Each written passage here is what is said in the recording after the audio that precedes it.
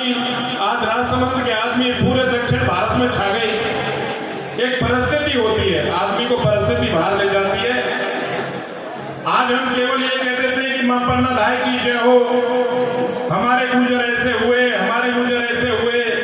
काका साहब ने बताया कि ये वो कौम है जिसने 700 वर्ष इस धरती पर राज किया।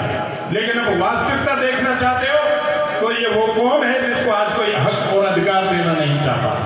आज ये वो कौम है, अगर आप लोग ज्यादा दक्षिण भारत में, गुजरात में, मुंबई जाकर के धंधे नहीं करते हैं तो आज हमारी स्थिति और बहुत बुरी हो जाती है।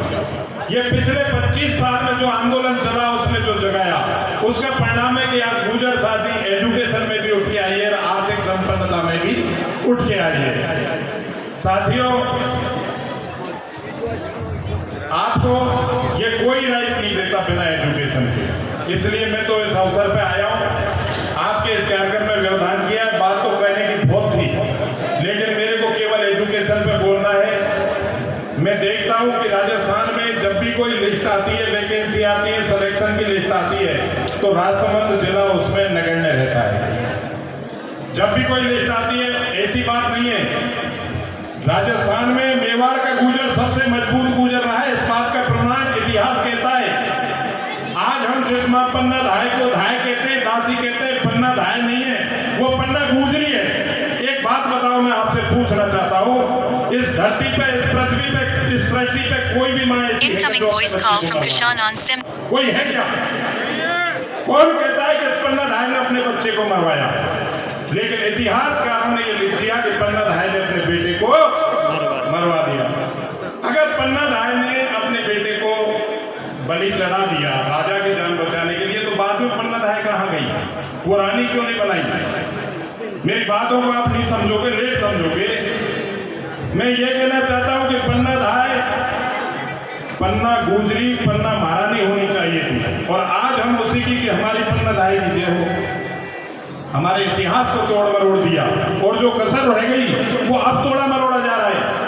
आप देख लो, पृथ्वीराज चौहान को देख लो, सबको देख लो, हमारे इतिहास को तोड़ा जा रहा है। आप इस मेवाड़ के वीर क्षत्रिय हो, लेकिन अगर इसी क्षत्रियता में रह गए तो बहुत पीछे चले जाओगे। आपने के पास पैसा आ गया, आप अपने बच्चों को पढ़ाओ, कोई गुजरात रह रहा है, कोई कर्नाटक रह रहा है, वहां के इंग्लिश मीडियमों को पढ़ाओ, और जब वो बच्चे राजस्थान की अच्छी सर्विसों में पढ़ करके आगे आएंगे ना, आज इस बात को कहने में कोई अतिशयोक्ति नहीं होगी कि राजस्थान में क्या राजसमंद में गुजर नहीं है। काका साहब चुनाव लड़े, हार गए। आपको प्रतिनिधित्व क्यों नहीं मिल रहा? आपको प्रतिनिधित्व ऐसी कोई, आपने कभी जैनों के गांव देखे क्या? फिर भी राजस्थान की विधानसभा में 8-8, 10-10 जैन विधायक आते हैं। आबादी होना कोई बड़ी बात नहीं है, पब्लिक का दिल जीतने वाले तैयार करो।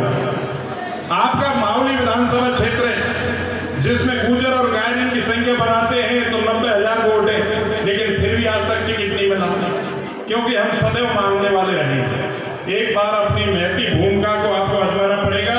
हम इतने लंबे समय से गुलाम रहे हैं। हमको देखो, मुस्लिमों ने मारा, हमको राजाओं ने मारा, हमको अंग्रेजों ने मारा, और आजादी के बाद जो दूसरी सक्षम कौम थी उन्होंने मारा, तो हम डरपोक हो गए। लेकिन हमारी रगों में जो खून है ना, वो आज भी वही गुजर बिहार वंश का है, वो सबकी नस्लों में वही खून है। आपके गुजर को जगाना पड़ता है। आपने इतिहास बता दिया, पहले वीर गुजर लिखते थे। वीर गुजर हम समझते नहीं थे, खुद हम नहीं समझते थे कि वीर क्यों लगाते हैं। लेकिन 2004 के बाद जो आंदोलन कर्नल भेंसला के नेतृत्व में हुए, कर्नल भेंसला आंदोलन पीपल खेड़ा पाटोली पे कर रहा था, और राजसमंद, देवली, मावली के गुजर भी आंदोलन कर रहे थे। गोलियां चली, सीने पे खाई, सरकारों ने घेर लिया, चारों तरफ से सेना लगा दी, पेट्रोल बंद कर दिया, डीजल बंद कर दिया, लाइट रोक दी, खाने की सप्लाई रोक दी। लेकिन आपके वो रणबांकुरे है ना, वो आंदोलन में अपने लीडर की आवाज पर आते हुए नहीं रुके, सारी सरकार की मशीनरी फेल हो गई। आप वीर हो, इस बात में कोई ताज्जुब नहीं हो, लेकिन अब आपको कहीं न कहीं, अभी काका साहब ने कहा कि पहले राजा महाराजा बनते थे और अब राजा महाराजा पेटी से निकलते हैं। राजा महाराजा किससे निकलते हैं? बोर्ड से निकलते हैं। एमएलए किससे निकलता है? बोर्ड से निकलता है।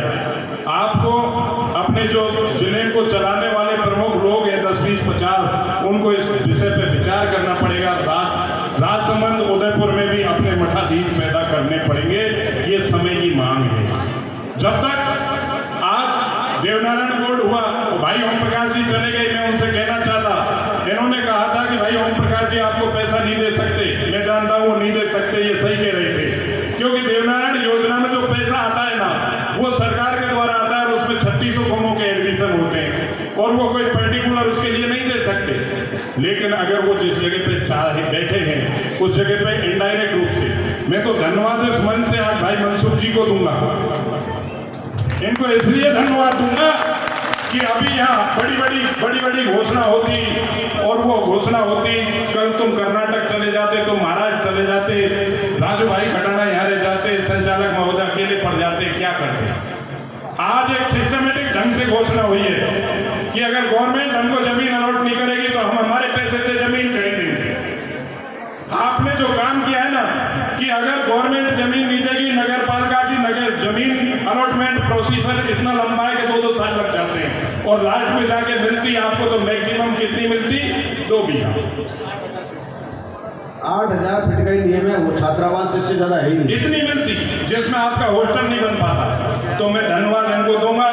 ये जब बोल रहे थे तो हम जैसे लोग भाषण देने आए उनको बुरे भी लग रहे थे, बुरे इसलिए लग रहे थे कि यार मेरे को तो जल्दी है जाना है, मेरा तो भाषण ही नहीं हुआ, लेकिन मूर्त रूप आपने दिया है। मैं बार बार इस राजसमंद के लोगों को, विशेषकर काका साहब को और महेंद्र हेमराज जी पोसवाल को धन्यवाद दूंगा, जिनकी वजह से आप सब लोग बड़े बड़े पैसे वाले आए, आपने अपना दान यूं निकाल करके यह घोषणा करी। एक बार पुनः उन सभी डोनरों के लिए भी धन्यवाद देना चाहूंगा जिन्होंने कह करके कि 1 लाख मेरी ओर से, 1 कमरा मेरी ओर से।